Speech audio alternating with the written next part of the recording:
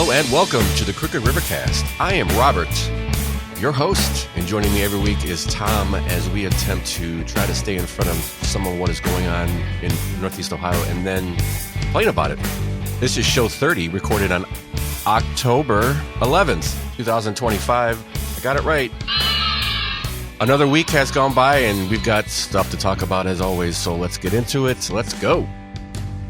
Let's go, Rob. My name is Tom, since you never introduced me. Did I just say I don't know. joining me every week is Tom as we attempt to stay in? I was so concentrated on getting in the month right, I probably did forget your name. I don't know. Sometimes I start thinking about what to talk about, and you're in the background for 30 seconds there. I think I may have done that right this week. But last week I was highly wrong on the month. I was off by quite a bit. What the heck? And honestly, as I was reading through this morning, just making sure, I actually thought as I was reading it, October. Oh crap. Well, speaking of that, blunders, maybe there's another one we can poke at myself on. We talked about late in last week's show on the Turnpike turning 70. And as I drove it for about 500 miles this week, went on a few times for some trips for work, and I think I said something like, yeah, doesn't the Turnpike end at 480? No, it doesn't end at 480. The reason I think that, because I don't know if I've ever been past the 480 exit because of where I live. I don't remember ever going, because of where I live. I'm always getting off of 480 and going, Yeah. And I don't know if I've ever actually driven past the 480 exit on going west or heading east.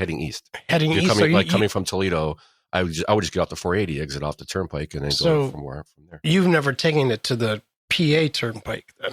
I've taken it, yes, but I think getting on after somewhere else. You're right. Somewhere else, like in Hudson or from 271 or one of those, not 271, but you know what I mean, like there's that stretch there. I'm like, I didn't even know that existed. I was like, I'm like, as I'm driving, I get off the exit, I'm like, looking over going, I'm not sure I've ever driven that way before. So I was laughing at myself. So yeah, Turnpike does extend past 480, everybody, just in case. I think we had it right. I think I literally said it did. I'm like, you're an idiot, but that was pretty funny.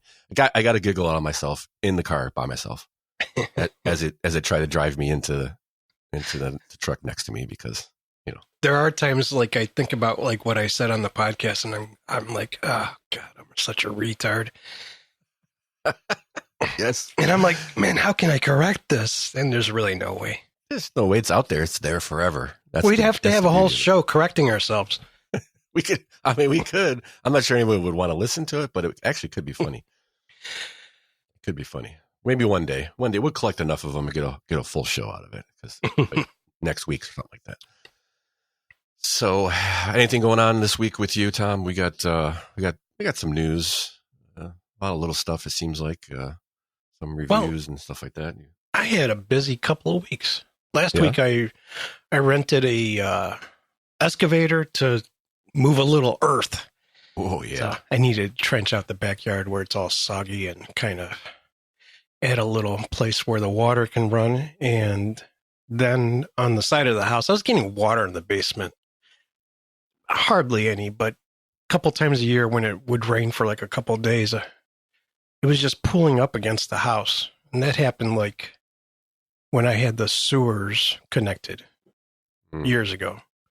And it just was never right since then. So I regraded it, I think. Added different grading to it. And you had me at an excavator, by the way. Yeah, it was kind of fun. Yeah. But strangely, it's like you think you're just sitting there all day. Like it took me about 6 hours total.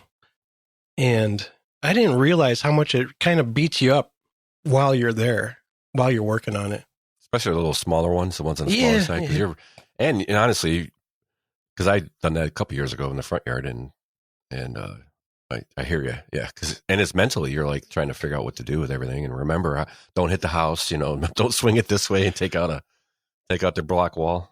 I went in the backyard just to trench out that area I wanted to trench out just to practice. I didn't really have to do that, but I was like, I'm going to practice away from the house. Yes. Good and, idea. Thankfully I did because I was jerking myself around a lot there. Oh, that sounded wrong. Ho, ho, ho, ho, ho. But, after I got the hang of it, it took about 20, 30 minutes to get a hang of it and ripped out some shrubs and other stuff. Sorry, I'm still laughing at. And then after I got done, we went to see Travis Tritt at the Akron Civic Theater, which was that's right, which was really cool. A good show. It was one of those shows. My wife and I decided to go. I wanted to go. I'm not a huge Travis Tritt fan. I love his stuff, but I don't sit there and crank it up on the radio.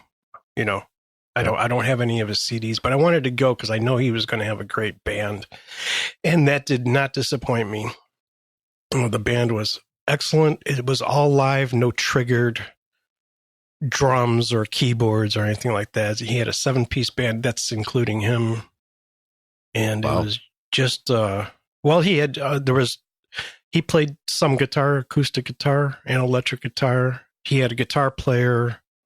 He had a keyboard player, a drummer, a bass player, a pedal steel player, and a fiddle guy who occasionally would play acoustic guitar too.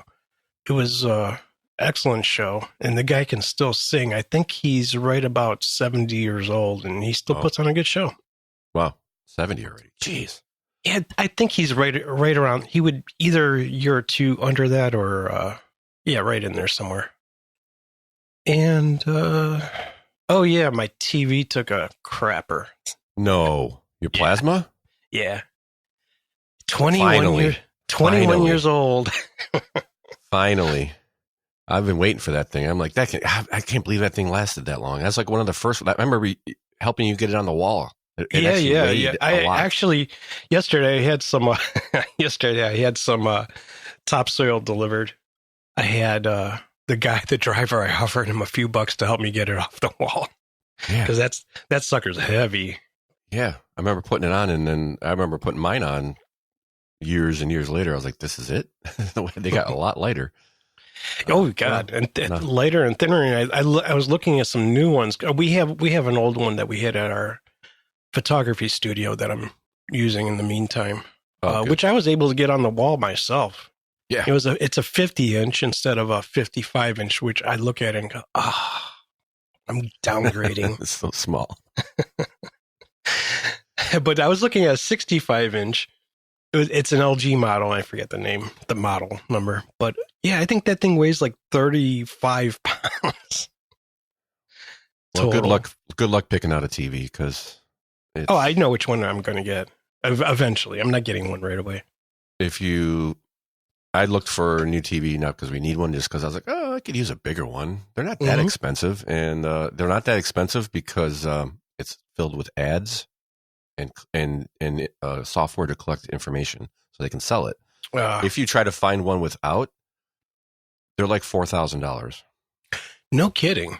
So even a $1,500 really high-end TV, 15, 60, 65-inch, whatever you want to do it, or whatever size you're looking at, they all have something that you have to sign up for. I think there are ways you can get around that. Becomes a pain in the butt, though. I hear. Well, what if I'm just using an Apple TV? There is still like for Amazon, for example, they want you to sign up with your Amazon account, and you can get around it, but you miss out on some of the features. But it's also something that's just constantly bugging you to sign up, and because they actually lose money on TVs, and they make a lot, like Samsung and those people are actually starting to make more revenue from selling your information than they are from the TV that they sell you. Is it watching you too? Well, I don't know if they have cameras or not. Maybe. I mean, if it has a camera, it could, but I think really what they're doing is just selling the information to advertisers. It's probably listening to you.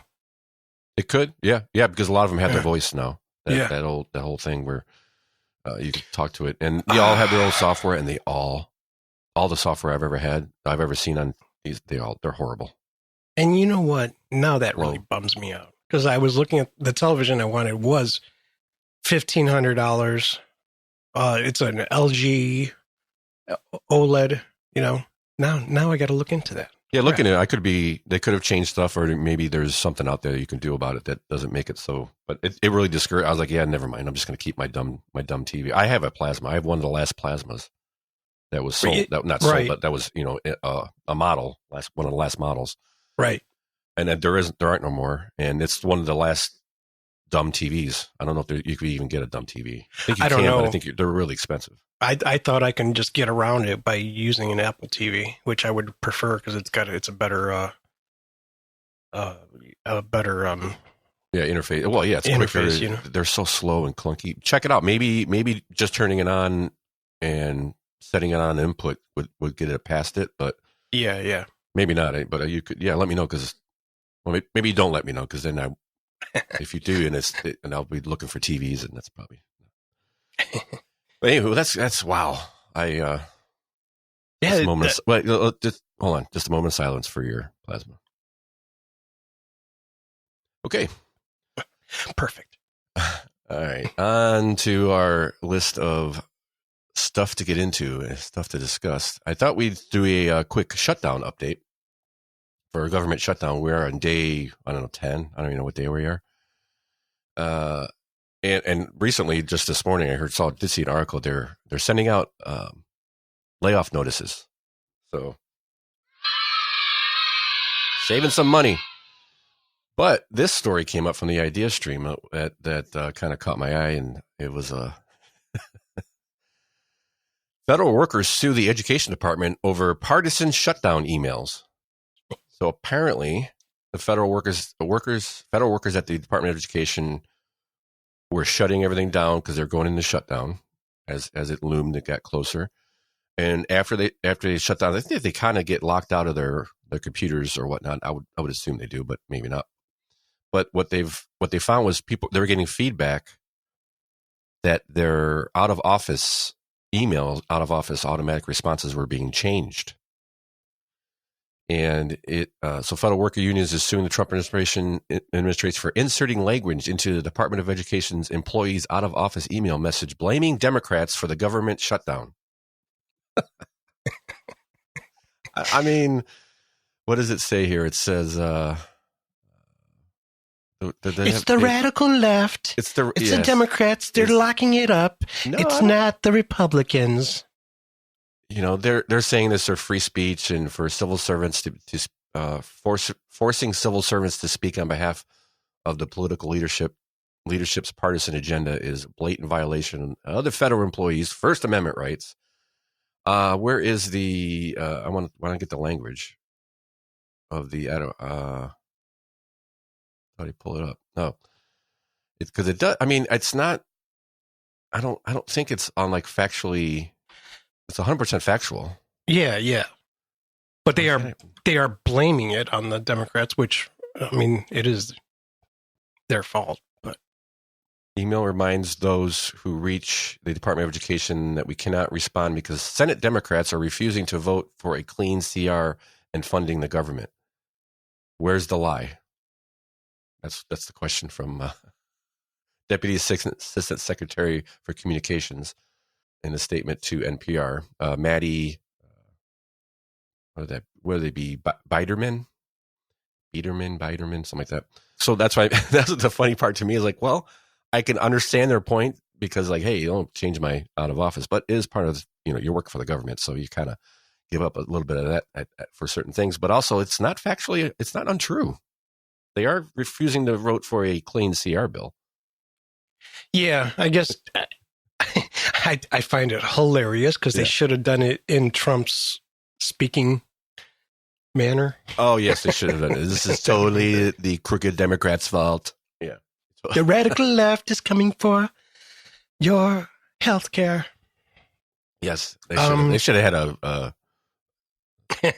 automated or a voice. A little AI version of Trump. But I think it should be, nonpartisan. So. Yeah, I could see kind of their point. Yeah, but I also well, I mean, it's kind of true. So it's kind of true, and I thought the part of me was like, well, it's the Department of Education. I don't really care. Get him out. I thought it was closing up anyways. Well, they're defunding it, I heard, right? So what's her name? Linda McMahon? Is that who? Yeah. I used to watch wrestling, so it's very hard for me to understand how the heck did she get into that position? I don't know. She's a leader, wrestle. She used to wrestle. She's a leader, though. No, I'm not saying she's doing a bad job. I'm just like they came out of the blue for me when he got elected. I'm like, wait, that McMahon, like the same one, the same one he wrestled probably with. I don't know. Who knows? Maybe at one time that was around that same time. Yeah, he was involved with this stuff. Yep. Anyway, I'm not saying she's just something to get used to hearing that name in the government. It's crazy, but hey. Leadership. I mean, and they've run her and Triple H, her husband, who that's her husband. They're married. Triple H and McMahon are they were dating. They were dating when I watched wrestling like 15, 20 years ago. Oh. Something like that. I thought this was Ed McMahon or not Ed McMahon. I thought this was McMahon's wife. No, it's his daughter. Well, Linda, I think it's his wife. You think it's his wife? Good question. Because I thought it was his daughter. No, it's his wife. She's old. Oh, well, in that case. Oh, yeah, I see it now. Never mind. Sorry. Yeah, totally wrong. You'll be thinking about this driving your truck tomorrow. Yeah, I mean, it's a mistake. Kidding. She has the same last name. It would have been much cooler if a former wrestler was in the department in charge of the Department of Education. So no, he gave this to her. I would think because she knows what she's doing, and I mean, she was definitely hired to dismantle the department. More power to her. Let's keep going. I guess next on our list, on to HB1 visas. So this kind of article we pulled up, or I pulled up because, the horror, Tom. Now everybody has to pay more. So this all started, President Trump put an executive order in changing the HB1 visa rule. H1B visa. I even have it in the notes wrong. H1B visa. Changing it on the fly, Tom. H1B, because I will reference it again and get it wrong. And I think I got a little clip here from News Channel 5. But certain companies are complaining because it's a little pricey because they went from $5,000 I brought to $100,000 per applicant per year. Per year, yeah.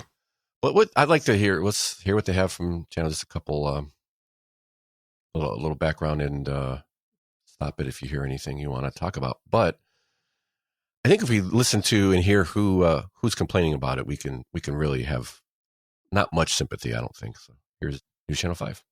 Every day they're calling me freaking out. Immigration attorney Stacey Kozar Martin has helped countless employers file H-1B visas. But freaking on Friday, her clients, especially in healthcare, panicked over a major rule change.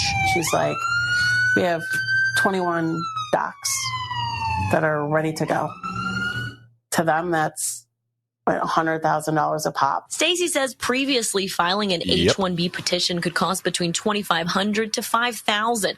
But on September 19th, the Trump administration issued a proclamation requiring a $100,000 fee for each new H-1B petition. The problem, it's unclear who pays for it. It's very difficult for employers. Are you sure that's the problem? Like, are they really confused on who pays for it? That made no sense to me. No, it didn't change. The same person pays for it. Well, who paid for it when it was $5,000? Right. All right, continuing. To fiscally budget for next year's 2026 H-1B cycle because they don't know. H-1B visas allow U.S. employers to sponsor foreign workers for specialty jobs. These roles typically require a bachelor's degree or higher. Your engineers, lawyers, physicians. Most companies must go through a cap and lottery system for H-1B visas, but hospitals and universities are cap exempt, meaning they can hire more freely. According to the U.S. Citizenship and Immigration Services, as of this year, 3,831 H-1B petitions have been approved in Ohio alone. Cleveland Clinic leads the list with 201 approvals. followed by Ohio State University. I think employers are going to shy away from sponsoring people for H-1Bs. News 5 You reached think? out to the Cleveland Clinic, which said they're still waiting on additional guidance from the federal government. University hospitals wrote the following.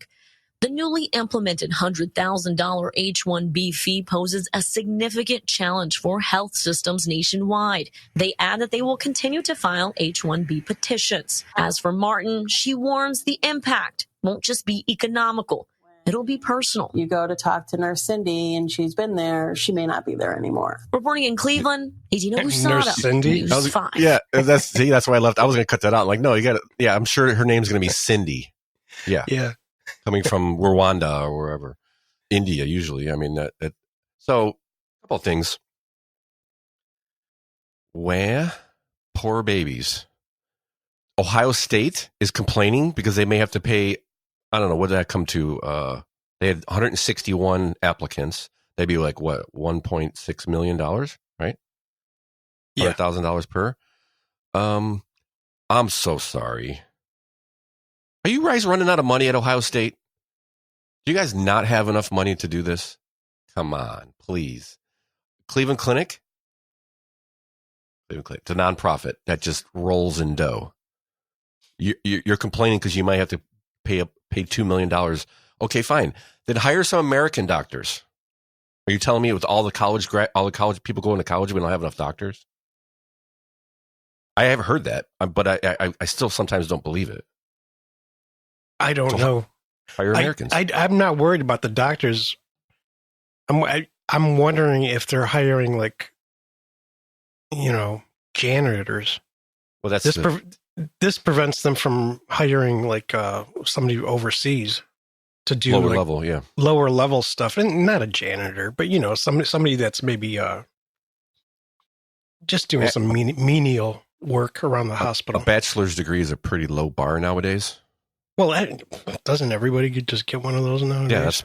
Yeah, exactly. So I think that needs to be raised. But I think the whole point of this is to push companies to hire Americans. Yeah. So I wouldn't care. No one ever mentions that, and they don't bring it up. Well, the one solution is just to hire Americans. Well, I wouldn't care if they took that fee out. If they couldn't find a doctor, Yes. like if you can't hire a doctor because there's not enough American citizens applying or going to school for that, or taking that type of role on, then I don't mind them taking the fee out, but the fee should be in there for nurses and anybody else, really. I think, and there's a cap on most companies, but except universities and hospitals. They're exempt from any restrictions on how many they can bring in.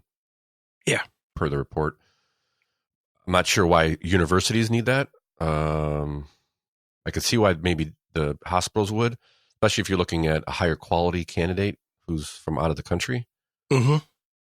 But it feels like it's just been way too easy for them to just hire in all these, like you're saying, low level people who are a lot of times getting paid less, and that's why they're able to afford the they'll pay the $2,500, $3,000 because they can pay them $20,000 less a year.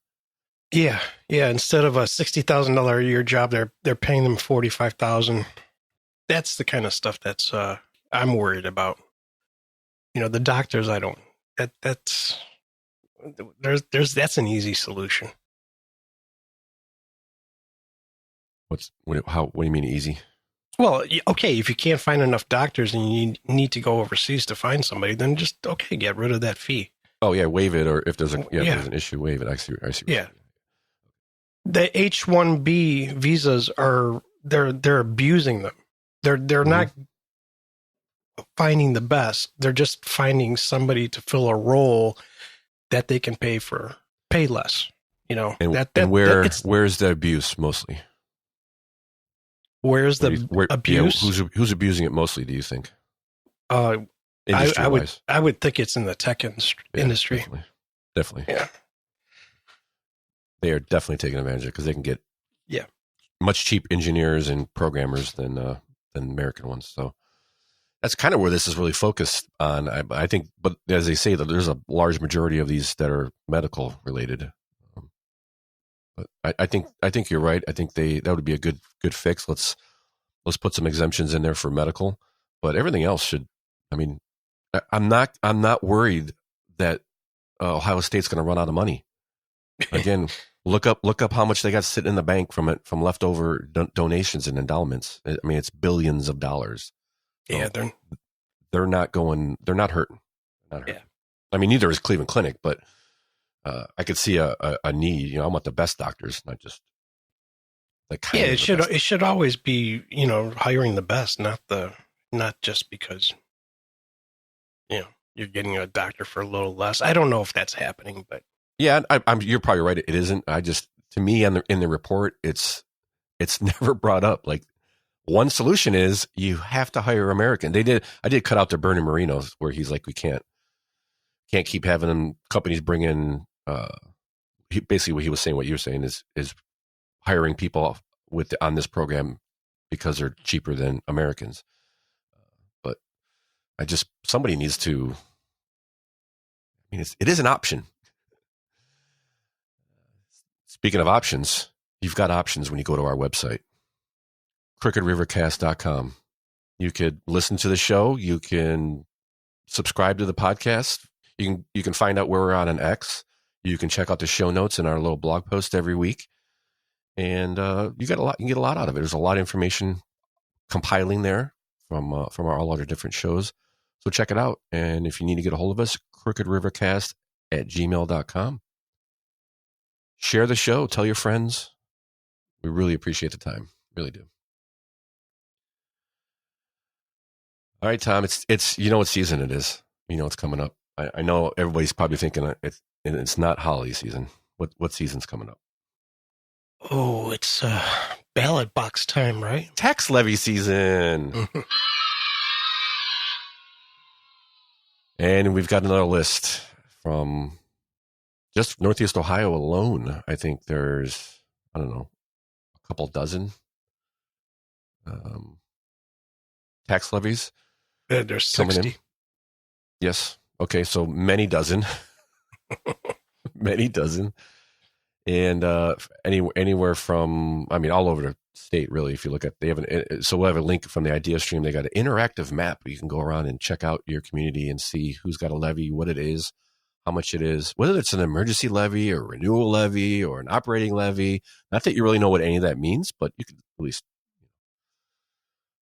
find out what your community is doing, if they're doing anything. Here's a little recap here from the idea stream, and they got a couple of things we can talk about. Elyria City School District's operating levy failed in the spring, and the state cut the district's funding by almost $4.5 million in the biennial budget. Even before that, Treasurer Colleen Holt says state tax changes have shifted the burden of funding schools onto residential homeowners. So back in 1991, it was 46% were by homeowners, and now it is 67.5%. So it definitely shifted from the state to the homeowners. Parma Schools is also on the ballot again this November with an operating levy, as is Streetsboro. Vermilion schools are also trying once more for a bond to update old buildings. Connor Morris, IdeaStream Public Media. They're all scrambling because Columbus is changing the rules. And that's our next story on our list, is just adding to that, just a quick, almost not even really getting into too much of the details, just kind of to point out just massive. I mean, there's got to be a couple dozen bills already going through legislature right now for property taxes. And I thought we can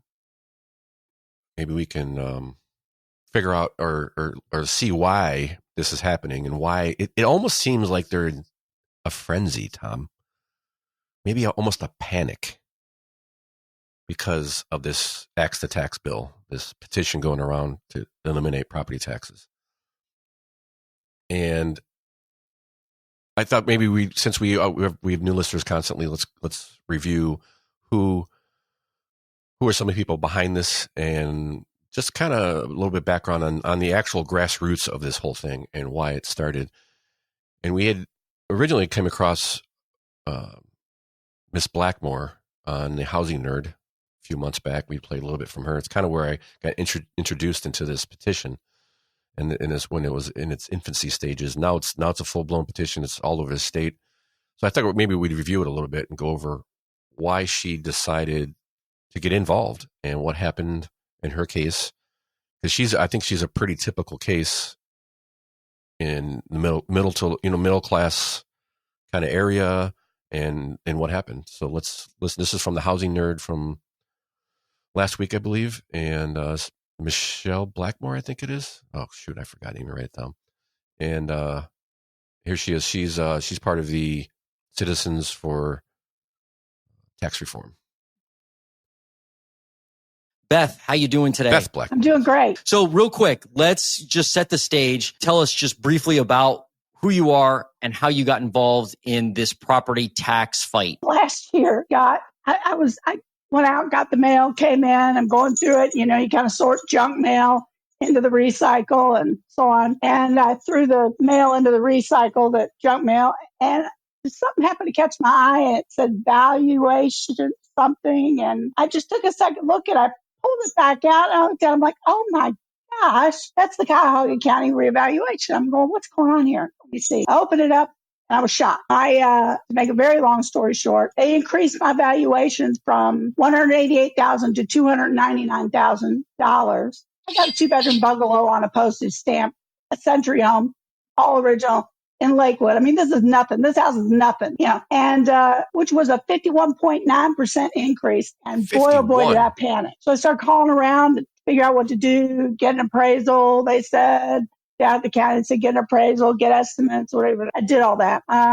Meanwhile, I called the city to see if they might be interested in helping their senior homeowners, in particular senior homeowners that are struggling with property taxes. And basically they're like, well, no, we're not interested. And I'm like, we're anchor homeowners. This is, we keep your neighborhoods nice. What? What happens? Then it occurs to me in all my naivete that, why kill the cash cow? They're getting these huge increases. This is a boon to the city. Why would they do something about it? Like, boy, I'm really naive. So anyways, and between the county and the city, at some point, one of them said to me, maybe you should just sell your home if you can't afford the property taxes. And I just went from panic to fuming. I mean, I saw red. So in any event, I'm scrolling through social media, came across a post that Keith Davey had made, SOS. Save our seniors, property tax, blah, blah, blah, Hungarian Conference Center. And I went and volunteered to be on the steering committee, and the rest was history. We changed the name to Citizens for Property Tax Reform, and we've been working on it ever since. So 51% revaluation on her house, going from 180 some thousand to 290 some $1,000. Yeah, insane. 188 to 290. Yeah, crazy. Insane. So there's a lot of legislation going through Columbus right now, and we'll dive into this one real quick here just to give an example of one. The House just passed a bill to allow communities or counties, to lower taxes. It's Bill HB 309. It's the Budget Commission Overhaul Act. It reinforces that county budget commissions must annually review taxing authorities' budgets and set tax rates based on the need for revenue and voter approval, whether it needs to be reapproved or, what kind of tax it is. So it's reinforcing, which means they're already supposed to be doing this. It also allows the commission, which consists of county auditors, county treasurers, and county prosecutors, to amend levies and reduce a jurisdiction's millage rate should the commission conclude that the government would collect unneeded or excess property taxes. This is just one of many different things that are trying to push through. A lot of them are, I think there's some of them that are pretty good. They may give us a little bit of relief, but I think they're all Band-Aids. What's your opinion? Yeah, they're not really doing anything. I don't think you're going to feel anything from it. They're not bad. I mean, long term, I guess they would help, but you're not going to feel anything anything in the short term. Still kind of relying on a government official to do the right thing. Yeah. In a lot of cases. So that kind of worries me. But I think there's going to be more of these bills, and man, it's hard to even keep track. There's so many, and they're all kind of similar, overlapping. So I would assume at some point somebody's going to probably try to put them all in one bill or lump them into a couple different bills. And I don't know. I think it, like I said, it's all Band-Aid, and it is so complicated, and all this does is make everything more complicated. Put these restrictions and triggers and levers and tax breaks, and I don't see. I feel we need to just rip the Band-Aid off, lop it off, and start from scratch. And one ways we can do that is by abolishing property tax and not giving them and forcing our legislatures, our elected officials, to act and to figure this out, because it's not working. It's broke. Yep. Okay. Yeah. No, we just abolish property tax and start over. Figure it out. Yes. We're all getting bent over with these property taxes, and it's not sustaining. You can't sustain this. We're not expecting like, woohoo, let's get rid of it. We're not going to pay any tax. Yay. No, that's not what we're talking about. Figure it out the proper way so that everybody pays into it equally. And one of the ways you can do that is sign this petition. And that's kind of what we keep pushing here. They've got a Ohio tax panel coming up. And it is October 21st. Doors open at 5. Discussion starts at 6, and it's at the West Side Hungarian Reformed Church. It's on Puritas Avenue in Cleveland. That's where they're having one of these. I believe that's the place she mentioned Beth Blackmore went to on her first meeting. Just open panel discussion. They're also going to, and you can sign a petition there. So that's one way you can do it. You can sign a petition there or any of these events. And I thought they were going to stream it too. For some reason, I don't see that on here. A lot of times they stream these things too, so you can even check out what it's all about. And there's going to have an open discussion, asking questions. They're going to have a couple different Lake County commissioner, and they're going to have John Pletnick. I've seen him on a couple of shows.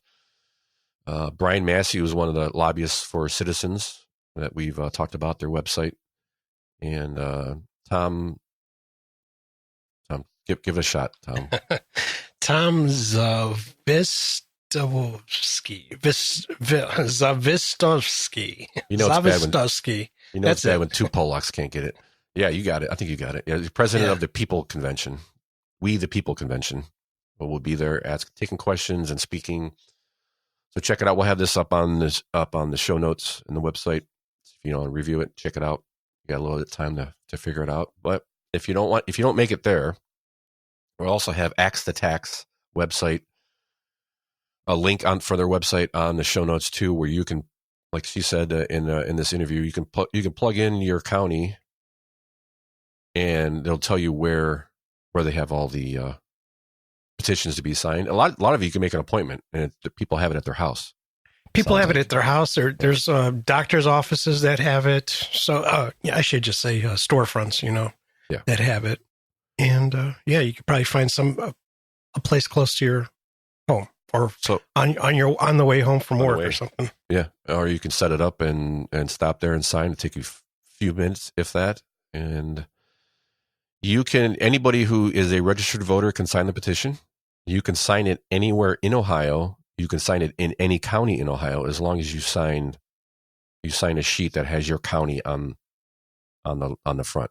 Oh, so, okay, that's even easier. Yeah, so even if you were at somebody's house in Geauga and you're from Cuyahoga, all they'd have to do is go online, print out a Cuyahoga petition, and you'd sign that piece of paper. It just has to have your county at the top, and then you could sign it. But you could sign it anywhere in the state, and as long as you're a registered voter. So check out those links. Get down and get that petition signed. Got to get on the November of 26th ballot, or for the November 26th election. And they need all the help they can get. So that website is AXO FHTAX.com if you want to find a place to sign. We'll have a link on our website. Yep.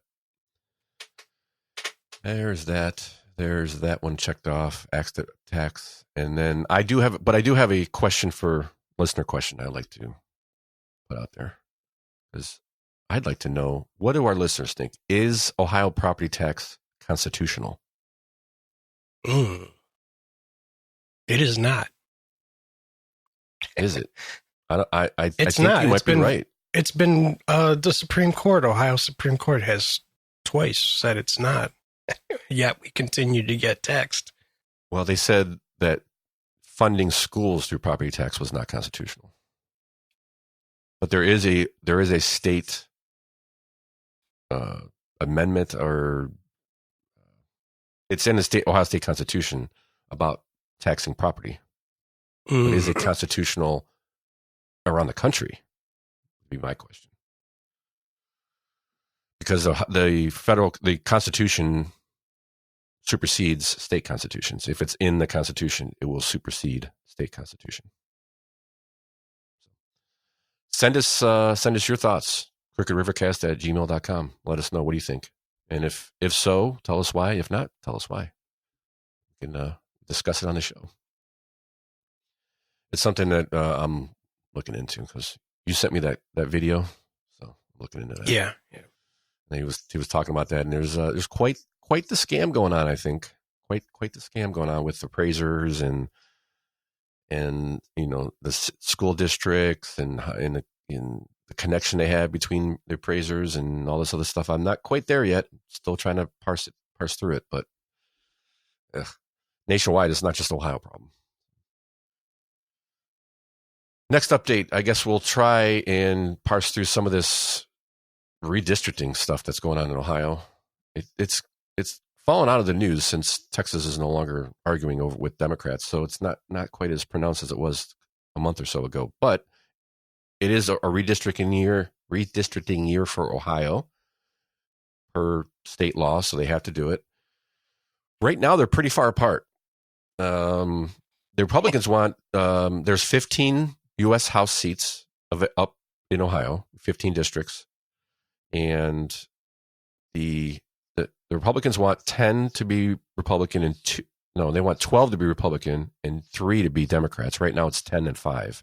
So there's 10 Republican districts and House seats, and 5 Democrat ones. And Republicans want to make it 12-3. The Democrats want to make it 8-7. So they're kind of far apart. Yeah. And I think you were right on this, Tom. I think this is this has to be bipartisanly passed. I mean, it has to be bipartisan. I've read that a few times. Like, it has to be passed, and there has to be at least one Democrat. Right. But instead of upholding our duty and passing a bipartisan fair map, Republicans refuse to participate. Republicans say, not so fast. The Democrats are saying, "Oh, you missed your deadline," and Republicans are saying, "Actually, the deadline's not till, like, I think they said November." So I'm kind of under the impression, just get it passed, Republicans. You have the majority, but maybe I'm wrong. I don't know. I think they have to be. Is that what you've seen? It has to be bipartisan, or do you not? No, I think if they miss the deadline, then the Republicans can just pass it without any Democrat. Yeah, using the committee or whatever. They're not going to get a Democrat to agree on that, so right. So they're going to go through the back door. Okay. Yeah. Okay. My problem was with just get it done, Republicans. You have the majority, but in this case, I don't think they can. So maybe this is their way. They're ramming it down their throat. Yeah. And Democrats would do the same thing if they could. Right. That was kind of my point. It was just like, why are a bunch of wusses, Republicans, just ram it down their throat like they ram it down our throat? I mean, I'm not necessarily the way I want to do politics in Ohio, but. No, I don't want it to work that way either. But when it comes to things like this, there's no way around it. Democrats, it's so they want to go strictly by like popular vote. And the thing is, it's like you got 3 large more than 3, but you got Cleveland, Cuyahoga, I should say. You got Franklin County and whatever county is down there in Cincinnati that is 90% Democrat. That's where they're getting all their, 12-3. Yeah. Yeah. Because if you look at the voting map by party per county, it's all red except for Cuyahoga, Franklin, and then that other one by Cincinnati. Yeah. We should probably look up, but so that's where they're getting 12-3, which makes sense. It's not a popular vote, is it, in Ohio? No, they wanted 12-3, but I think some Republicans wanted 13-2. Yes. Which, as far as Ohio goes, that's kind of 12-3 is pretty. That's where it should be at. I think that's representative of the counties and how they vote. So we'll see. I think it's going through, like you said. They're just biding their time, and then they're going to ram it through. So let's. Yeah. So they introduced a couple bills. I'm just trying to make sure. Yeah, so they're unlikely to agree to an 8-7. I highly doubt they're going to. That's because of the popular vote they're going off of, which is what Democrats just have been relying on and railing on for since I can remember. And no, it's not how we work here, because that's why we're a republic and not a democracy. Right. Yeah, right. Check that one off. Tom. What? We've got a health emergency. Oh my God, the children! It's a health emergency. Everybody look out. What's going to happen? Governor DeWine has passed or has signed an executive order. He wants to be a little more like Trump and start signing executive orders banning all the sale of hemp products, or intoxicating hemp products, as he calls it. And he just banned them. Emergency Act, signed a piece of paper, banned them, at least for 90 days, they're saying. And let's try. He can't make a law. It's an executive order. It's 90 days. I think he's trying to force the state legislature to do something. Yes. Let's hear from our friend Morgan on what this is all about. Because, the very beginning of the clip is worth the whole clip. So listening to DeWine read this, that was pretty funny. So check it out. Medic 8ED, Nerdy Bears. For nearly 2 years, Governor Mike DeWine has begged the lawmakers to take action against what he calls intoxicating hemp, low-level THC that can be bought at gas stations and smoke shops, and can look like regular candy. The products aren't regulated and don't have age restrictions. I'm taking action today to protect Ohio's children. And after 2 years of nothing, DeWine has taken matters into his own hands, signing an executive order temporarily banning all unregulated products containing intoxicating hemp. By law, the governor has the authority to declare a consumer product safety emergency if there is reason to believe that a product has been adulterated. So this new for me. So the governor can just ban a product, in this emergency sense, if he thinks it's been adulterated. Okay. That's news to me. I didn't know they had that much power.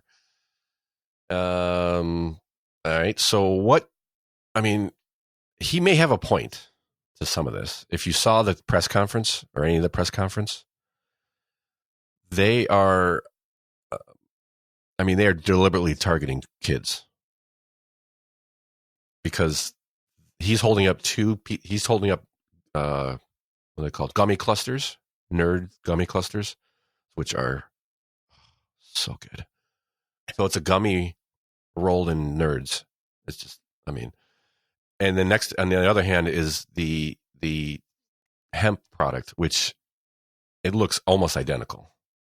It looks almost identical to the nerds product, the gummy nerds.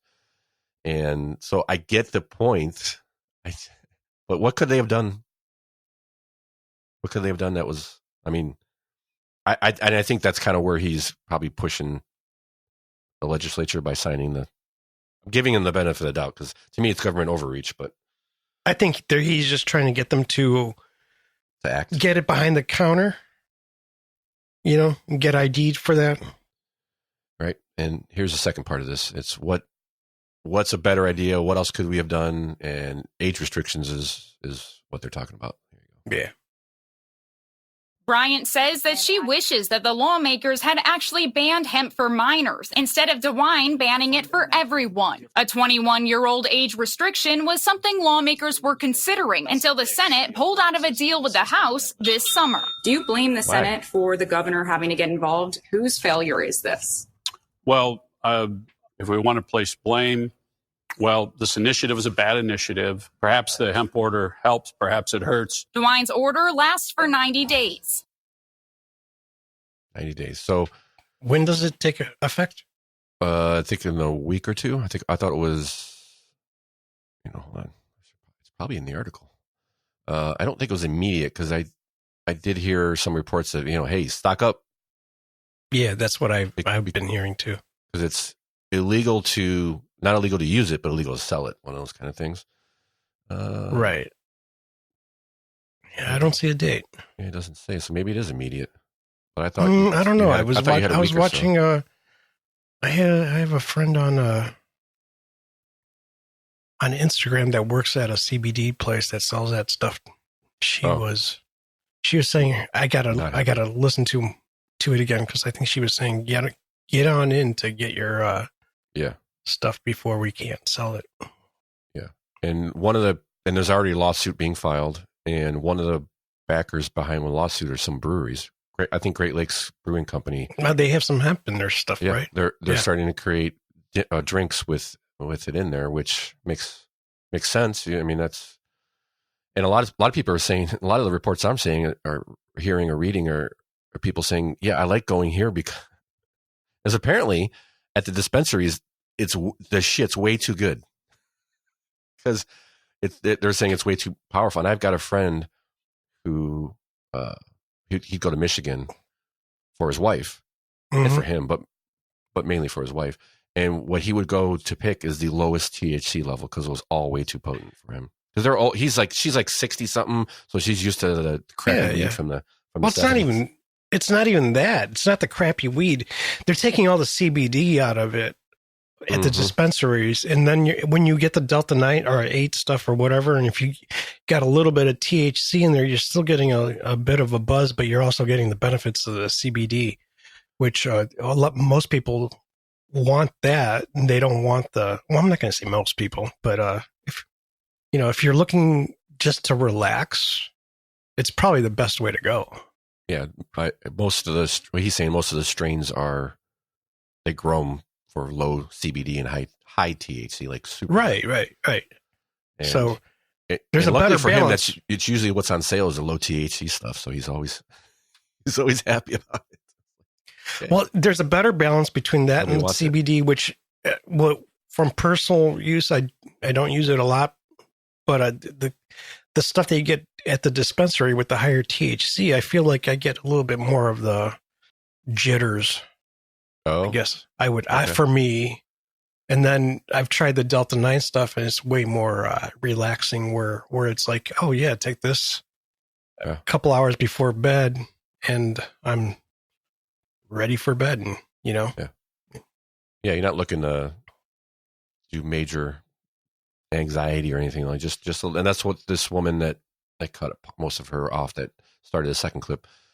She's like, yeah, I just, it slows me down. It calms me down a little bit, but I can't take the other stuff from the dispensary because it puts her out of commission, basically locks her to the couch. Yeah. Well, either that, like for me, it's the jitters. It's like all of a sudden I feel like I got this like nervous energy and it's awful. I can't stand it. Yeah, no, that's the complete opposite of what you're. Yeah, I know. Well, it's edibles, Okay. Yeah. And on another, and just pure coincidence, I thought we'd share this with the listeners. It's complete coincidence that Channel 5 also came out with this story about children and gummies.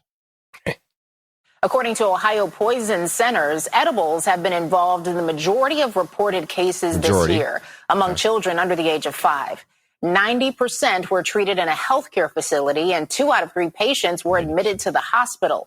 Among those children, 30% were treated in the critical care unit. Okay. It's a concern for local agencies and medical professionals who are now focused on educating families about these dangers. 30% of what? 90% of what? 2 out of 3 of how many? Like what? I think they say it in the other part of the clip, right? This was the whole clip. No, I don't think so.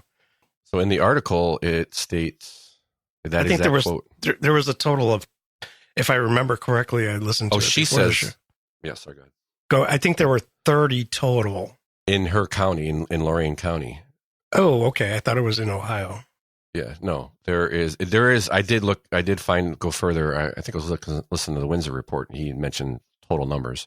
And it's literally like, yeah, it went from 150 to 280. Yeah. And yeah, you're probably going to have that when now the availability is there.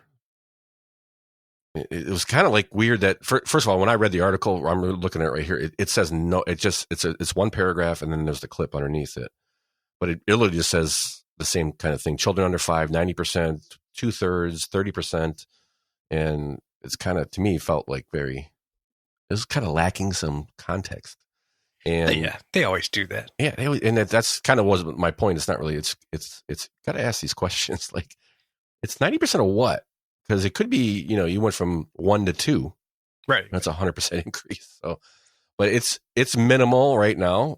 But they're like, well, it might be because the parents are stoned and the kids are just looking at candy that looks delicious. Yes, before the legalization, there were probably virtually no gummies. I mean, It was very hard to get them because you're not like somebody's just making gummies at their house, I would imagine. Seems like kind of. I know you can do it, but it seems like for a stoner might be a little too far of a reach for a stoner. But now, yeah, of course. So of course they're going to be more. I just thought it was funny that there were like back-to-back articles with DeWine's ban and this. The rest of that clip too mentioned. This reminded me of when I was growing up. If you're passing out candy to trick-or-treaters, the bag of sweets will likely cost you more this year. Oh, wrong article. Well, they did bring that up at the end of this, yes. Yeah. If you see gummies, make sure you look at them really closely. Yeah, it's like nobody's passing that out. Yes, but remember when we were growing up that, if somebody's passing out an apple, there might be razor blades in it and stuff like that. Yeah, it was such a hoax. That was the whole thing, that whole era, there was never an incident where there were razor blades in an apple or whatever. There was one guy who did it to like one person or something like that. There was a shred of truth to it. Yeah, but it wasn't. But it was like a focus, like somebody was trying to kill somebody else, not like they were distributing it to the whole neighborhood.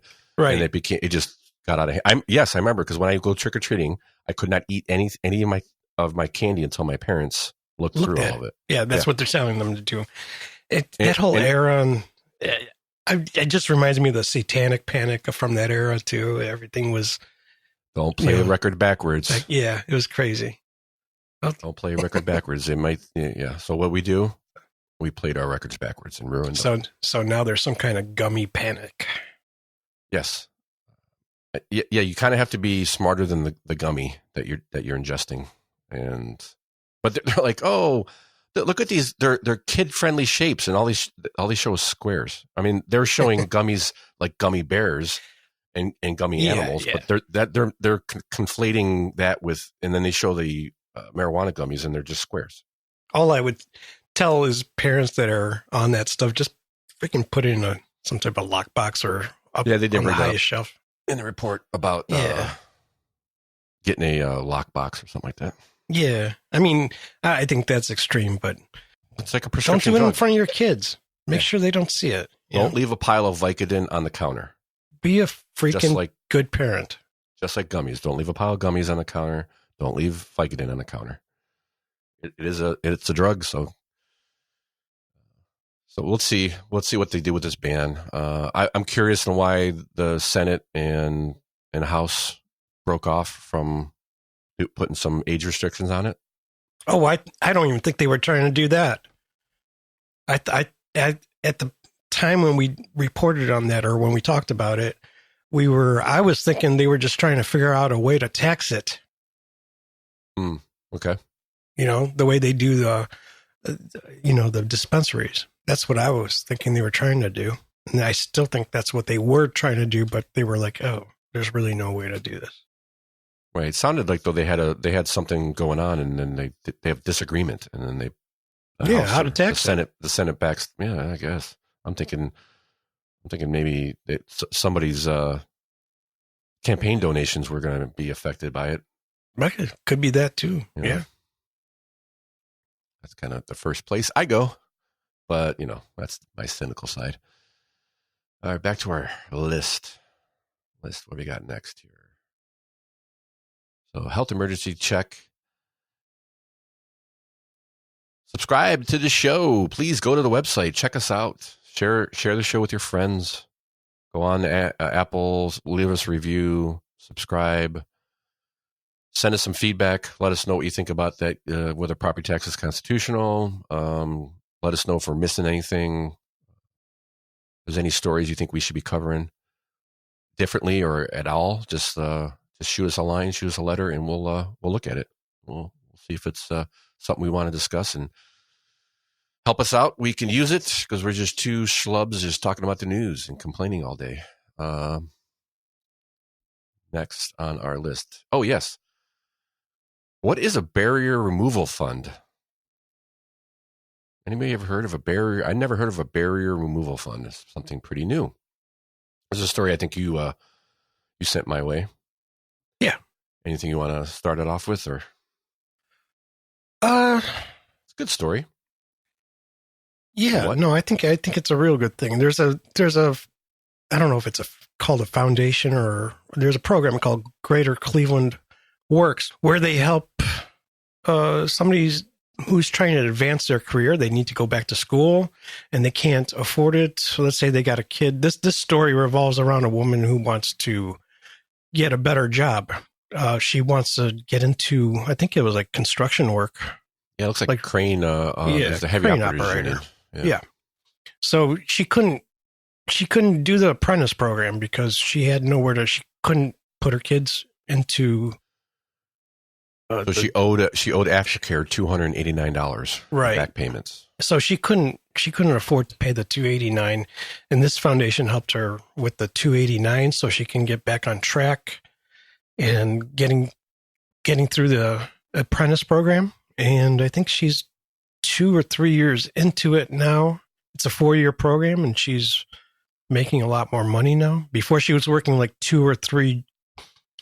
I call it jobs, but they gigs, they're like gigs. She's probably delivering for Amazon and Uber and stuff. Things like that. So she was struggling, and this foundation helped her pay that $289, and I think they helped her out with a few other things. But I would save this for actually the good things segment because I thought it was pretty good. Yeah, I was thinking that too, and As I started reading, I'm like, oh, this is kind of nice. And then I don't know. I tried to follow the money. Yeah, I did that too. Yeah, it was a little convoluted in my opinion. There's a lot of groups, it seems like a very inefficient way to help these people out, and that's kind of my problem with it. I'm glad that they helped this person. I see where this could be a problem. I'd like to ask questions though, like, are we helping these people learn how to manage their money better? Are we helping them learn how to live more responsibly? Because I think a lot of people get in this trouble because they've never learned how to balance a checkbook or budget their funds, that kind of stuff. I think there's some of that, but like for this, a single mother, I don't know why she's single and, all that. So I looked into this. This was from Cleveland Works got a grant of $450,000 where they're using this money to help lower wage people find a way to start earning more money. So I thought on early, just looking at it on the surface, it's a pretty good program. And I was like, well, where do they get the grant from? Mm-hmm. Which I don't think they say in this article. Yeah, they do. Do they? They got the thing from the Cleveland Foundation. The barrier removal fund is primarily funded from the, wait for it, American Rescue Plan, which is the pandemic stimulus from the Biden administration. Because they say Cleveland and Geauga County is a novel approach for the major workforce development agency in Cleveland and Geauga County to offer a wraparound fund, said Rose of the Greater Cleveland Works. Most workforce services are funded through the Federal Workforce Innovation and Opportunity Act, she said. The program often restricts paying for innovations. It's a weird way to call this. So it says the program often restricts paying for innovations, such as wraparound services funds, and accepting funding from private foundations. That's when it says the barrier removal fund was funded by the American Rescue Plan Act, which is a pandemic stimulus money that sometimes doesn't carry the restrictions of other federal support. And I actually had a story I pulled from, I was going to say for last week, and I just kind of pulled it in as and maybe we still might get into it next week, but it's not the same group, but it's related because it's the jobs group, and it's the Ohio.news has a article on Ohio funding increases their funding. This group called Jobs Ohio funding increases as jobs creation declines, and it kind of goes through. I don't want to get too much. There's a lot of numbers and stuff here and there, but they spent in 2024. Ohio jobs spent $1.9 billion. Enough to pay Ohio's 235 unemployment workers $8,000 in cash. Instead, they're saying for that price tag, it created 14,000 jobs, or only 25% of the state's total job growth for $1.9 billion. So I think these programs I think they're started with great intentions. I mean, this person got helped, and that's great. I've always looked at it as, if you look in here, they're like, oh yeah, now that we have this money, we can hire these people. We can hire, the nonprofit used the grant to hire a director of strategic initiatives and a manager of employer solutions. I did look up how much they pay people, and the salaries some of the salaries are pretty high. In this one, the Jobs Ohio one is. Well, I didn't look at the Job Ohio one. I looked at the Cleveland Foundation and this one, and there's some higher salaries. I think from now on, I think the money's going to be coming from Cleveland Foundation for this program. They got that initial grant. They got an initial grant of $60,000 from the Cleveland Foundation. I guess the rest of it from that COVID fund, basically. Yeah. And I think from now on, it's coming from the Cleveland Foundation, which is a mostly donor-funded foundation. And they do say that they can't, sometimes they're restricted by depending on where they get the money from, because some funds are restricted from getting private donations. That's kind of where I'm going. I'm not saying we don't help people. We talked about safety nets, and I am less in favor of safety nets because of this kind of stuff. I think for example, Jobs Ohio says its executives meanwhile enjoy salaries averaging $330,000 a year. Wow. I think there's way better ways to spend this money, and when you put government in charge of it, you have layers and layers and layers, and that's what this article reminded me of. I'm like, I'm so confused on who's paying for this and where the money's coming from, because they're just this group, that group, this group, that group, that group, this group. And you're like, who's paying all these people? Every group has 5 or 6 people. They got to pay $100,000 a year. It's like, I guess when I say there should be safety nets, I think there should be. I'm in favor of safety nets, but you have to keep a close watch on these safety nets. Similar point. I would like to see one. I think just human nature goes against that, because we're always trying to take advantage of it. It's just the way we are. And unless you've got, we talk about our email from last week, unless you're willing to make those hard choices and tell people no, it just snowballs out of control a lot of the times, and they get so big and bloated. Yeah. You're not helping. You end up not helping more. You need a foundation to watch the foundations. That's what I'm going to start. When they're privately funded, they're a little easier to, in my opinion at least, maybe not, but they seem to be a little easier to keep an eye on. A little bit, because they're still getting a lot of money from like corporations, and sometimes you wonder why. Yeah, I don't know. There's some fishiness to some of that stuff too, and to who they give their money to.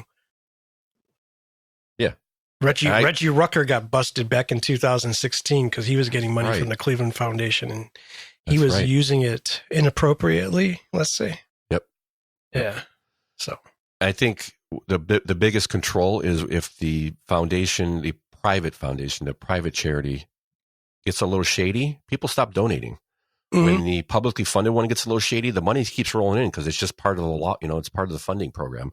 So it's a little easier to police, in my opinion, and I think you get a lot more out of your money. But it really depends. I mean, there's a lot of charities that 60% of their funds are for administration too.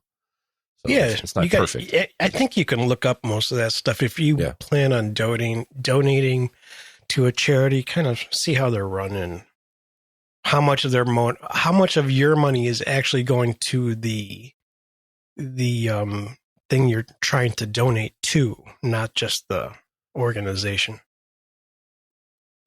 So a couple more things on this tidbits. The average, according to Ohio Jobs' own reports, the average cost per job created by the nonprofit in the last 5 years is $126,000, or double the Ohio's median income of $62,280. And the kicker to all this is, I'm trying to scroll down to find it because I was skimming through this yesterday. They just renewed the agreement with Ohio Jobs. They are funded through some.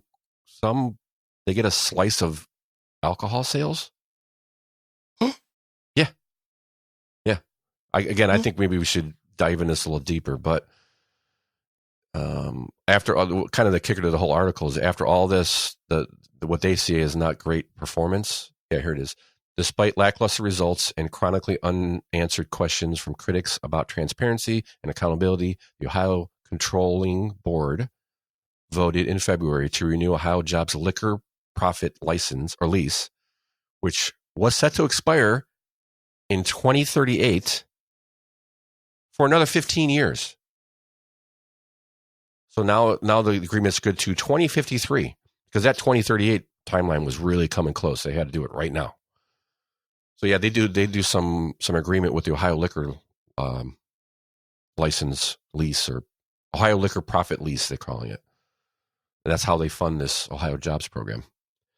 Can we say slush fund? Yeah. Jeez, oh man, $1.9 billion a year to make 20,000 jobs, 15,000 jobs in 2024. Seems like a lot. Anywho, so I could see that being a problem, and as far as this individual who got helped, $289 is quite a bit. But I also would like to say, has anyone, what if you put $10 a week away?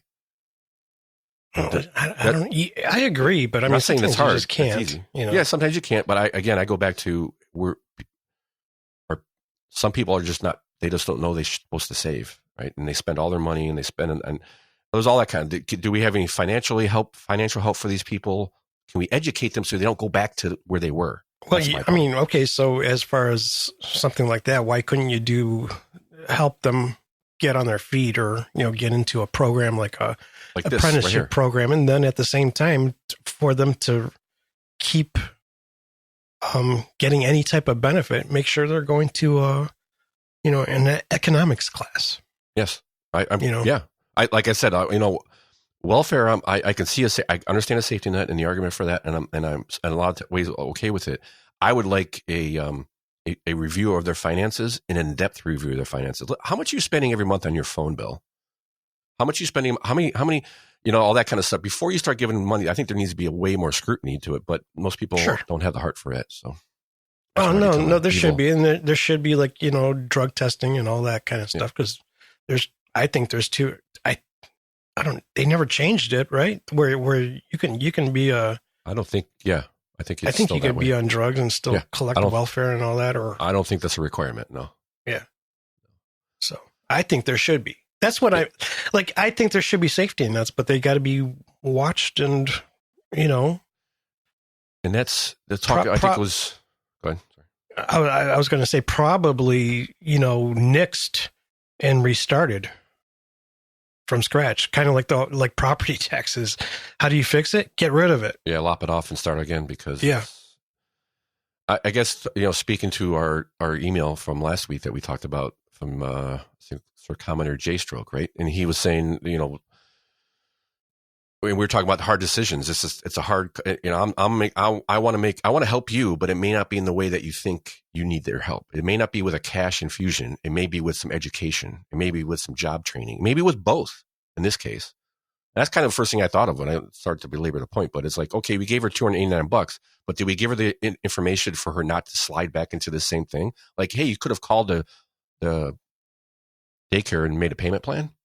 I mean, I get it. It's not easy, but all this other stuff. Anyway, so beating a dead horse here. Yeah. Beating a dead horse. And I guess the other person. Where did that term come from? Beating a dead horse. Well, now, where does beating a dead horse come from? Well, finish it for me. AI says, beating a dead horse is from the mid-19th century expression, likely popularized by British politician John Bright, and has two potential origins. The most common origin is a metaphor for a useless effort derived from the literal and pointless act of whipping a horse that is already dead. Okay. So it's pretty self-explanatory. No, I know it's self-explanatory. I'm just wondering if somebody at one time was like, saw somebody beating a dead horse and said, you're not going to get anywhere with that. Or I thought a lot of times with these, it's not as plain and simple as the saying says, that this actually is. Another, though less likely origin is a nautical term for the age of sail, where dead horse referred to a sailor's first month's pay, and flogging the dead horse was a ritual to celebrate its end. Yeah, that doesn't make sense. That's a little too much for me. Core idea is that, yes, so beating a dead horse. We were definitely doing that for a second there. And next story we have, Tom, Akron crime is so good that the mayor has announced some new outlines, some new guidelines of safety measures. And I thought there was a one paragraph in there was pretty interesting. So the headline is from Channel 3.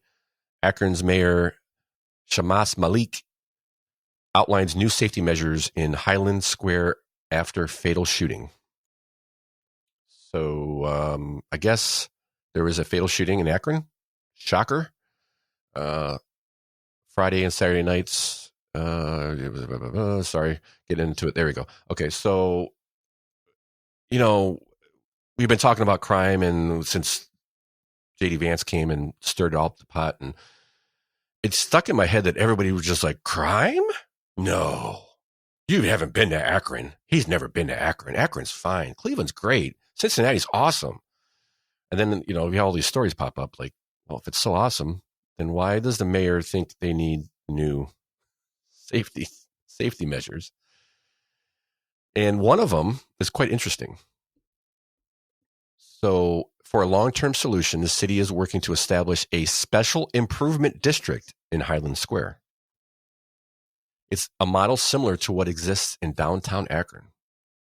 So what is a special improvement district? Any guesses, Tom? Unless you probably read the article. I missed this one. Okay. Then good. Then any guesses what a special improvement district is? Special improvement district. So they're probably going to use some kind of AI. No, but good guess, actually. No, it's actually a little more simpler than that. So a special improvement district, or SIDs, are defined as a geographic area where property owners pay an additional assessment to fund additional services benefiting that district beyond what the city provides to every neighborhood. What? Like extra safety patrols and sanitation beautification efforts, says the mayor. Did they just say that they want to create city approved gated communities for rich people? I think so. I think that's exactly what they said. So what they basically said is all the taxes that you pay aren't enough. You need to pay more to be safe. And what they need to do is they need to get buy-in from this area. They need to get all the people in this area to agree to pay more to be safe. But crime's great. I mean, nothing to see here, right?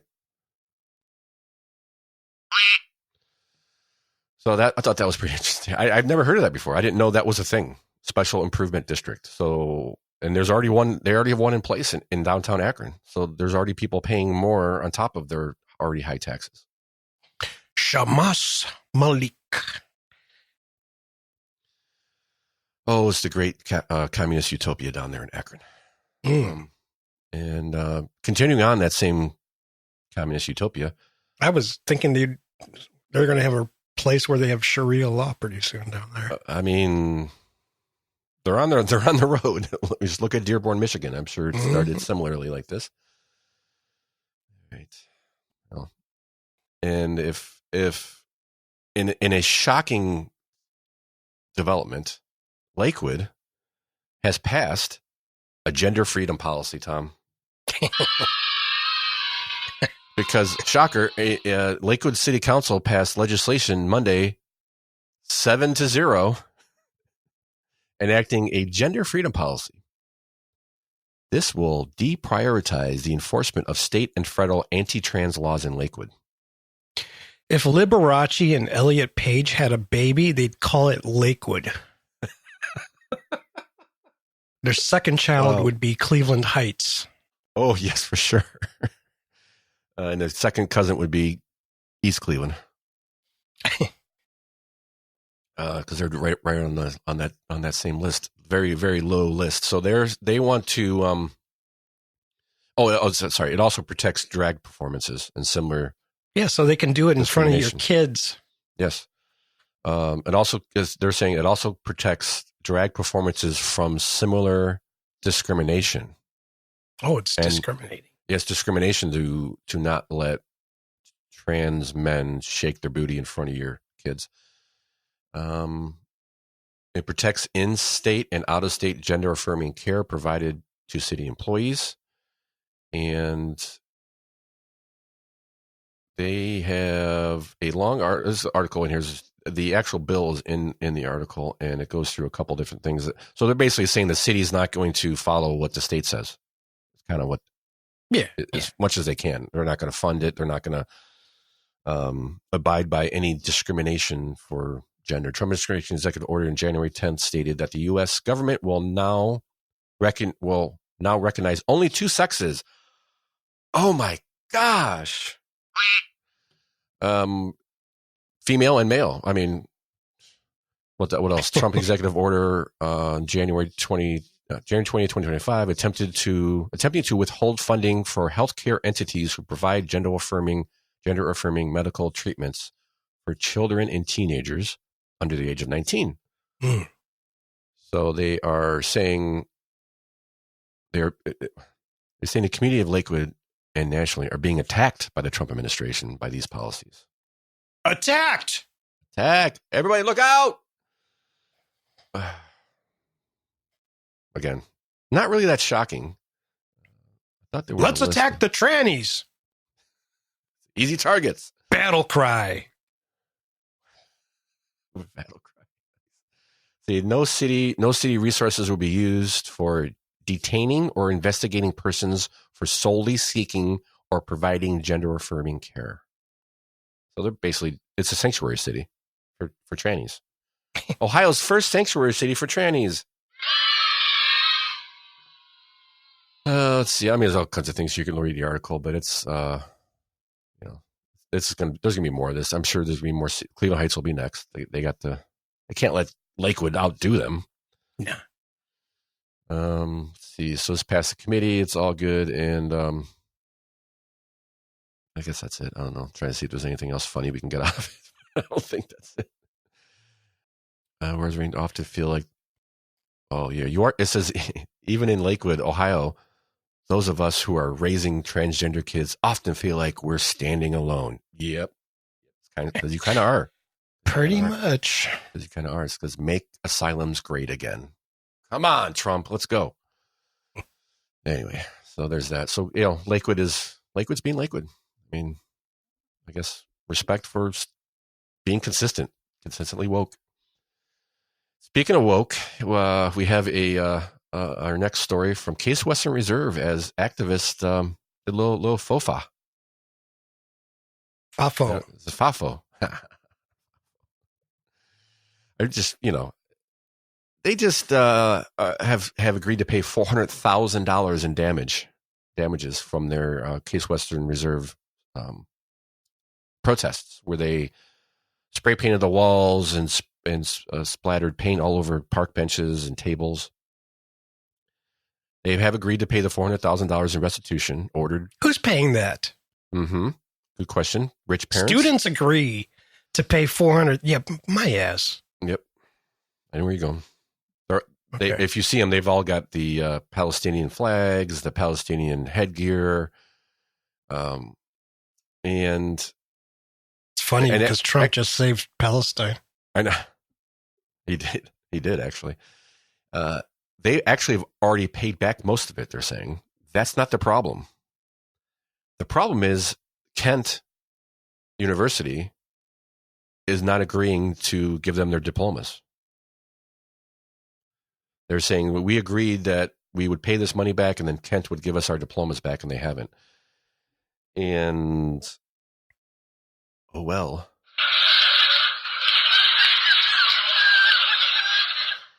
That's what you get when you mess around with it. And they thought they were going to get away with this, and then the school would be on their side. I guarantee you they are shocked at the fact that this is going on. But with this saying, here's a quote: "We have for 4 months been not only fighting the legal battle, but attempting to work with university to negotiate in good faith towards restorative solutions and the allowance to complete our degrees. We are nearly finished paying for the damages case attributed to the vandalism. It's Case Western Reserve, not I said Kent. Excuse me. It's Case Western Reserve in Cleveland. I was offered my diploma by the university in exchange for full cooperation, meaning that if I reported to them the identity of individuals they think were involved, then I would receive my diploma from Case Western Reserve University." Mullen Benesti, hyphenated last name, said, "When I rejected this, they shut down negotiations completely. This is not the university acting in good faith by showing they are both able and willing to give us our diplomas, but only under these cruel conditions." I mean, my favorite quote is actually, "We were arrested, sent to one of the worst jails in the country, Cuyahoga County Jail. Yep. Some of us were denied necessary medications. We were locked up to 5 days, with one individual held over a holiday weekend. Upon our release, we were subject to death threats and doxing from social media." Oh, I'm so sorry. And but don't worry, if you do this in a few years, you're going to go to the new Cuyahoga County Jail. There's that. Look forward to. But yeah, they're not sure if they're going to get their diplomas. And I'm like, well, sorry. That's what you get for vandalizing the university that you're going to. I don't understand. What kind of diplomas? I would love to know what they got diplomas in. I would love to know that. I don't. Amazingly enough, they don't say. I wonder why. Don't say. There's some equity, inclusion, some kind of degree in BS, I'm sure. They're worthless anyways. Why do they care? Yeah, well, you're supposed to go to school to be a student, not an activist. There you go. Mess around and you found out. Let's hope that they learn their lesson when they have to go back to another school to get a diploma. I'm sure they won't. All right, let's wind this down with some, again, maybe I'm just too cynical. Giant Eagle cuts prices on hundreds of grocery staples through the end of 2025. And I just kind of thought, just out of the blue, Giant Eagle says, we're going to cut profits. Am I too cynical, Tom? I don't know. I saw this and I was like, I wonder, it doesn't make sense. They don't tell you why they're cutting. Why? They're trying to virtue signal here a little bit. It's a marketing campaign? Yeah. Yeah, you know what? They got Aldi's coming in everywhere. They need a little bit of they need to compete a little bit. Yeah. It is crazy when you go from one store to the next, the difference in price on a $6 item could be $1.50 difference, which is huge. That's a huge difference. And there's not like one store you go to. You have to go to different stores, and they're all different. There's some are higher on other things and lower, and vice versa. It's quite odd. Why that is, I don't know. But you know what? Like my wife watches the price tag on everything when she grocery shops. So she hits, she'll go to Meijer's, Aldi's, and Giant Eagle. I don't do that. If I'm doing the grocery shopping, I hit one place. Yeah, me too. That's just. I think that's what a man just does. I'm just getting this over with and getting it. Yeah. If I got to spend an extra $10, I'm gonna spend it. But it's kind of crazy. But you know what? My mom used to do that. My grandparents used to do that. Yep. 50 years ago, when you had Pick and Pay and you had Rhino's at the time, Stop and Shop or whatever. Yeah. So I remember her going to 2 different stores at the time. And I don't know. I know everything's more expensive, but how much has that part of it really changed as far as competing on prices like that? Yeah, I could see them being different. I just always shocked when they're like 25% more or less, and it just seems odd, almost like they pick and choose, and that makes sense. They're loss leaders, and then they're trying to make it back on other products, making more and all that stuff. So. A couple of things. Companies said prices cuts span a wide range of categories, including dairy, meat, produce, bakery, frozen foods, snacks, canned goods, ground meat, Idaho potatoes, onions, Prego sauce, not pierogi sauce, Campbell's soup, Cheerios, and so on. Land O'Lakes butter. What's the example here?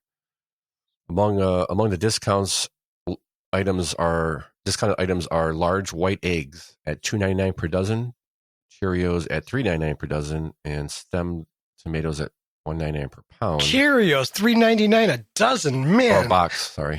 I was gonna say I can't even have breakfast. The 12 O's for $4. Jeez, what a ripoff. But it doesn't say what they're lowering it. It just says what the prices were. I thought they were going to give us a comparison, like how much is it going down? It doesn't really say. 300 items frequently purchased at grocery stores. It's a marketing campaign. But hey, take advantage of it. What the hell? Yeah, I don't know. It's not a horrible thing. No. Yeah, here are some of the things. Let's see. We got 80/20 ground beef. We got Honeycrisp apples, Idaho potatoes, onions, stem tomatoes, iceberg lettuce. Let's see. Oreos. Klondikes. They have Klondikes on there. I know, they should raise the prices on those. Mini bakery cupcakes. They should ban that thing. That's just some of those yoga pants are not looking good. Oh yeah. Yes, they. Mm-hmm. Yeah, I'm thinking the mini bakery cupcakes sounds good right about now. Anyway, so check it out. They're lowering prices just because they're kind. I'm sure that's why. Or it could be. No, stop. Think of the children. I'm surprised he didn't mention that in there. Cheerios. I mean, it's children. So check it out. Go to Giant Eagle. They're pushing for your business. And next, I think that was it on our list of stories. Next, we have. We bring good things to life. Well, speaking of beating dead horses, got this little story I was reading. I think maybe you put this up there. Geauga Parks District. Yeah, I put this up there, but I forget why I put. I mean, internet too. But you know what? It was a tweet, and I saved the link to the thing, but it doesn't tell me why. why I saved it.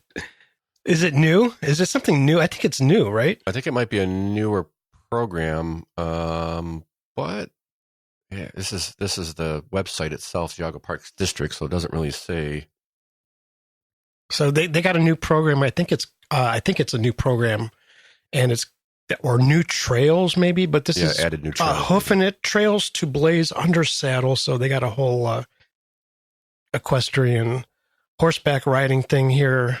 I think it's just been introduced. So we'll leave a link to it if you're in Geauga and you want to go horseback riding. Yeah, no, you can go to Geauga and a lot of the metro parks and stuff. You can get horses and. Yeah, I just don't know if I think I saved it because I think it's something new for Geauga. So yeah, you ever ridden a horse? A couple times, yeah. Yeah, it's quite. My back always hurts afterwards. Yeah, I'm just amazed at, that any horse, any animal could put me on its back and not just crumble down. But also, they're just so massive and they're awesome. Beautiful. They're awesome. They're just. I rid them a few times, mostly on vacations, because something to do. See the countryside on a horse is always fun. Yeah. I think we're finally going to say next year is we're looking for land. We're looking for property. Oh. And, if we don't find it by next spring, we're just going to, our compromises are going to change, Yeah. But we always said at least I always said, if we found a property that had, some stables to it, I wouldn't mind having a couple of horses. I think, 2 months later, I might change my mind. Yeah, maybe after scooping all the poo you'd have to scoop out of the, poo gets larger, the larger the animal gets. Yeah, I don't know enough about it. I would look into it more, but if it had stables, it would be like if the property we found had a stable in there. It would be something I'd be like, let me look into this. Yeah, or going between a renter stable, so you have horses there, but you're not responsible for them. You have somebody else do it. Well, you could feed them and all that. It's a little business. You can have a little business doing that. Fond memories of always riding a horse. So I read this and look at it and go, we got to get back on. It's fun. Kids like it, and it's a good way to get outdoors, get away from the damn screens. Mm-hmm. Go ride a horse. I tape it to the main, my iPad. Do you? Oh, yeah. I thought, because I brought mine. I'm like, where's the how come the suction cup doesn't work on my holder? It's like, it won't grab onto the fur. No? Okay. I should stop that. Okay. Next on our good things list, just really the good things on the list.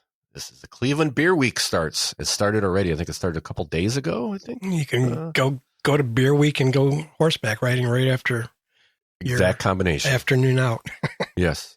I don't know if there's any laws against riding and drinking, riding a horse. Although I'm sure DeWine's thinking of something to put in restricting you from drinking a beer. And if it's a smart horse, it just takes you home. What your dad always tells me that's the way it used to be in Amish country. So Amish country, I think that was more like in Poland. Yeah. Oh yeah, you're right. No, it was Poland. Yeah, but yeah, he always brings it up when we go to Amish country. So it's like, they get drunk and then the horse just takes them home. I'm like, yeah, it's like self-driving cars. When can we have that? Except the Amish don't get drunk. Well, that I know of. Yeah, they do. They're human. They have their vices. I'm sure there's some. Yeah. Yeah, there's some. They're human. There's a closet full of gummies somewhere in the Amish land. Yes, definitely they're stocking up on their Delta 8. So Cleveland Beer Week is already in play.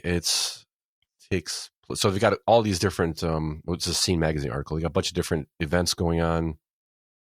There's lake cruises. There's stuff going on at. Fatheads has a. Fatheads takes place. Or they got a celebration of hops at Fatheads Brewery, Middleburg Heights. That's October 25th at 9 p.m. More than 30 different local and regional breweries will be pouring samples. Free samples. There is other ones. Cleveland Heights Neighborhood Crawl, which takes place October 10th, which was yesterday. Don't go to that one because you're going to be all by yourself. But I think it's like a month and a half or all month. So they've got a bunch of. Well, I see stuff. There's a poker run happening on Saturday the 18th. Yeah, October 25th. So yeah, it's probably for the rest of the month here. Yep, there's some offshore pour aboard the Lady Caroline. They've got you can purchase tickets. Always takes place 6 to 9 p.m. and they got looks like different times, sampling nearly 24 beers. I guess while on a boat. That sounds cool. So check it out. Beer Week. Go get drunk, ride a horse, but do not drive. Next, the last thing on our list is it's just too easy for me, but they're looking for naming suggestions for the new baby rhino at the Cleveland Zoo that was just born on September 13th. But unfortunately, they're not just leaving it up to you; they're giving you multiple choice, so it's boring. But in the X post that I pulled this off of, there were some great suggestions. Mine was Mike DeWine. Yeah. And others were posting various Republican congressmen and senators as the new name for the new rhino. That's the first thing I thought of. Yeah, it was too easy. It's just too easy. I mean, come on, guys. That's good. But you can go on their website and they've got Mackenzie, which means happy. They got Kenza, which means treasure, and they got Kamari, which means the moon or like the moon. So go on. There's a new rhino, endangered species. Go check it out at the zoo, I guess. And on that's all we got for this week. That is the end of the show. We thank everybody for listening. I hope everybody can take a little bit of time out of their day and share the show, send it to your friends, subscribe to the podcast, and give us some feedback if you see that we're not covering something, or maybe there's an article or a story or a topic that we need to touch on, some vital importance. Please send it our way, and we will do what we can to get it on the show if it warrants it. And thank you for listening, and see you next week. Peace.